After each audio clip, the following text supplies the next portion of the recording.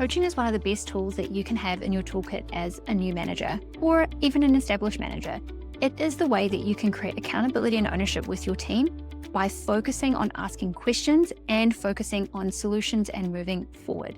And I'm going to share exactly how you can start coaching someone in any conversation in 15 minutes or even less.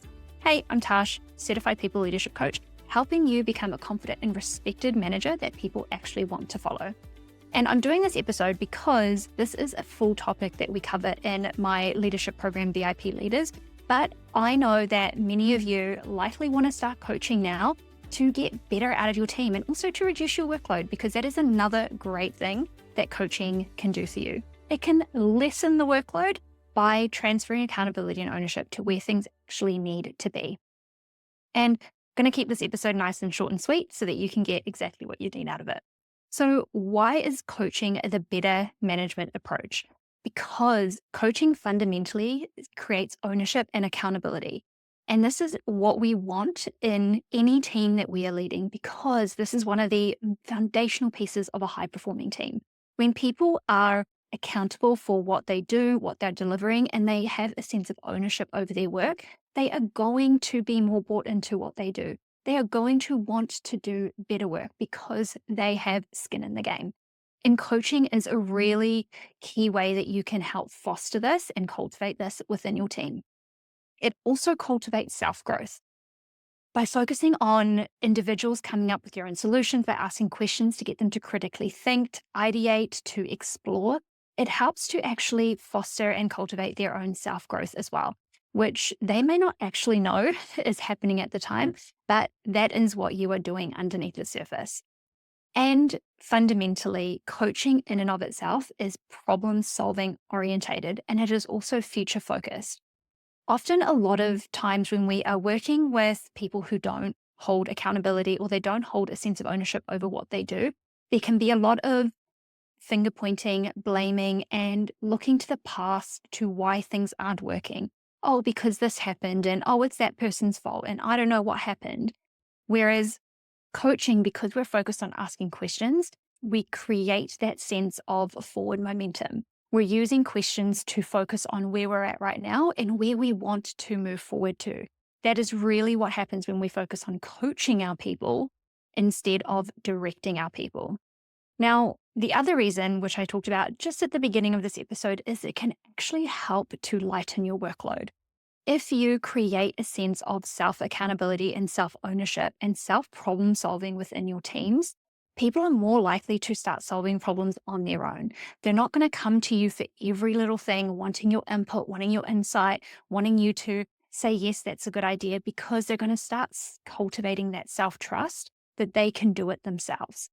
And if that makes you uncomfortable, if you are the type of manager that needs to be across everything, you need to know everything that's happening in detail, might be a red flag that maybe there's some micromanaging tendencies coming up. And I'll do an episode on some of those red flags, because that is not what we're wanting to cultivate within our teams. If you want a high-performing team, which no doubt you do, because it means that they're actually going to deliver really great work for you, you want to be able to create an environment where they can problem solve on their own. And there might be things that they need to check in on you with, but they're for reasons, not just because you want to know what's going on. So how can you coach your team or anyone in 15 minutes or less? That's what I put in brackets. How you can do that is by thinking about 4 key questions. Now, I have got a whole coach approach framework that I teach in VIP Leaders. If you want to get into the nitty-gritty of becoming a coaching leader, then definitely check out the next round of VIP Leaders. I'll put the link in the show notes for you to pop your name on the waitlist so that you can be notified when it's going to open again later in the year. But I wanted to share 4 questions that can really help you start implementing a coaching approach now that can start to make a difference with the way that you're leading and managing your teams right now. The first question is, what is the real problem or challenge here? Anytime someone walks into your office, sits at your desk, jumps onto a one-on-one Zoom call with you, and they start talking about challenges that they're having, or they're telling a story about something that's not going the way that they want to, it's really important to pinpoint what the actual challenge is that they're experiencing.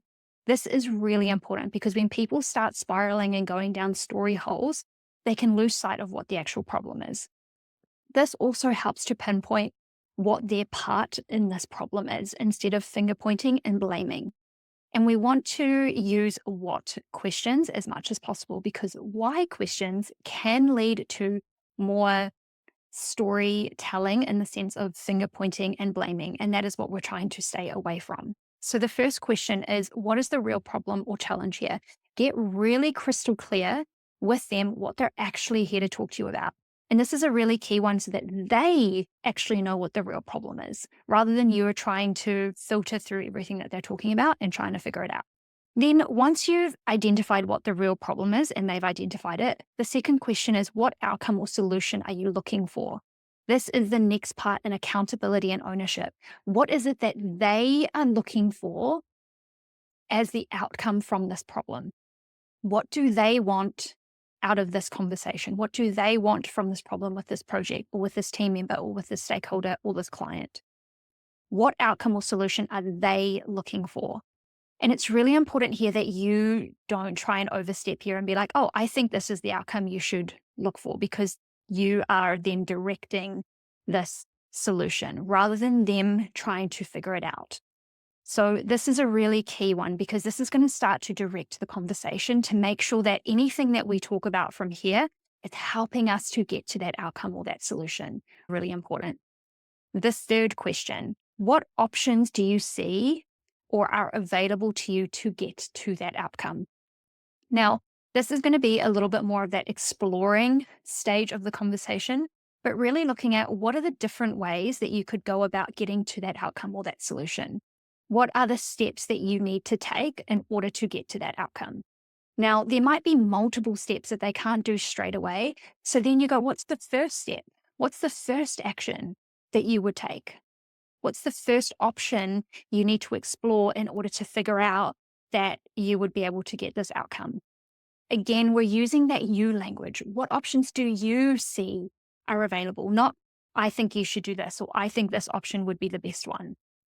If they say, look, I'm really stuck, I don't know, I've been trying to think about this, I've been trying to come up with options and I just can't get it, that might be an appropriate time to be like, okay, here are some of my ideas. I don't know if they're going to be the best ones, but how about I share my ideas and then we figure out which one might be the best one, so that it's still that collaborative two-way conversation. Coaching is about that two-way conversations, about asking the questions and having input from them into what the actions are moving forward. So that third one is, what options do you see or are available to you to move you forward to get to that outcome? And then the last question, this is the key question around ownership. What action will you take from here to get the outcome that you want? Again, the you language is really important here. Make sure that they are responsible for the actions. One thing that happens too much, especially if you are quite an early manager, you're relatively new, and you were likely a high achiever, maybe you were a great individual contributor that stepped up into this role, the natural tendency is going to be, okay, what can I do to help them get to where they want to go? And yes, that is an aspect of leadership. We're here to create an environment and to help people reach their potential. Absolutely. But that does not mean that you do the work for them. That does not mean that you take over everything to make sure that they get the outcomes that they're looking for. It means that you foster that accountability and ownership so that they can do the best work that they can. So this last question is really important. What action will you take from here to get the outcome that you want? And make sure that there is concrete actions in place with timelines of what they're going to do, and ask them, hey, do we need to check in? Do you want me to check in with you? Or should we have a check-in maybe in a week or 2 weeks to see how you're going? Make that a decision that they're making, that if that would be helpful for them. And you can absolutely ask, is there anything that you need from me to help you take this action? That's a critical way to phrase that question. Not, what can I do for you? It's, is there anything that you need from me to help you get the outcome that you're looking for? That is a great follow-up question. And that can just help ease your feeling of, I want to make sure that I'm doing well by them, but while maintaining those boundaries between, this is actually something that they need to work on and not something that I'm going to take over. So those are the 4 coaching questions that can shift any conversation into an action-orientated, forward-moving conversation. I'm going to repeat the 4 questions. Number 1, what is the real problem or challenge here? Number 2, what outcome or solution are you looking for? Number 3, what options do you see or are available to you to help you get that outcome? Maybe what's the first option, the first step? And question number 4, what action will you take from here? And do you need any follow-up check-ins or support to make it happen? We want to make sure that we stay in those what questions and that we stay in the you. What are you doing? What are you looking for? What actions are you taking to make sure that we maintain that accountability and the ownership where it needs to be? A resource that can be really helpful for you, and a book that I come back to again and again that I absolutely love, is called The Coaching Habit by Michael Bungay-Stanier, and I will link it in the show notes. But this is an amazing book that shares 5 powerful questions to become an expert coach for your team. And it is about asking more, saying less, and changing the way that you lead forever. It is honestly a phenomenal, mind-changing book that can be really helpful for you. All right. And I just want to wrap this up by letting you know a few things. As you know, I'm always about some mindset reminders. And so I know that this could be really helpful for you. Coaching your people can feel like it takes longer in the moment, but it's going to pay off in the long run. The more that you spend upfront framing these conversations as coaching questions and asking more questions, the less people are actually going to come to you for every little thing, because they are going to build that self-trust and that self-ownership to start solving problems on their own. Again, if that makes you feel uncomfortable, maybe have a look at some of your own tendencies and your own need for control and what maybe needs to shift and change there. Asking more questions helps people figure things out on their own and helps them to come up with their own solutions. So the more opportunities that you can do that, the more high performing your team will become. I promise you that it will happen.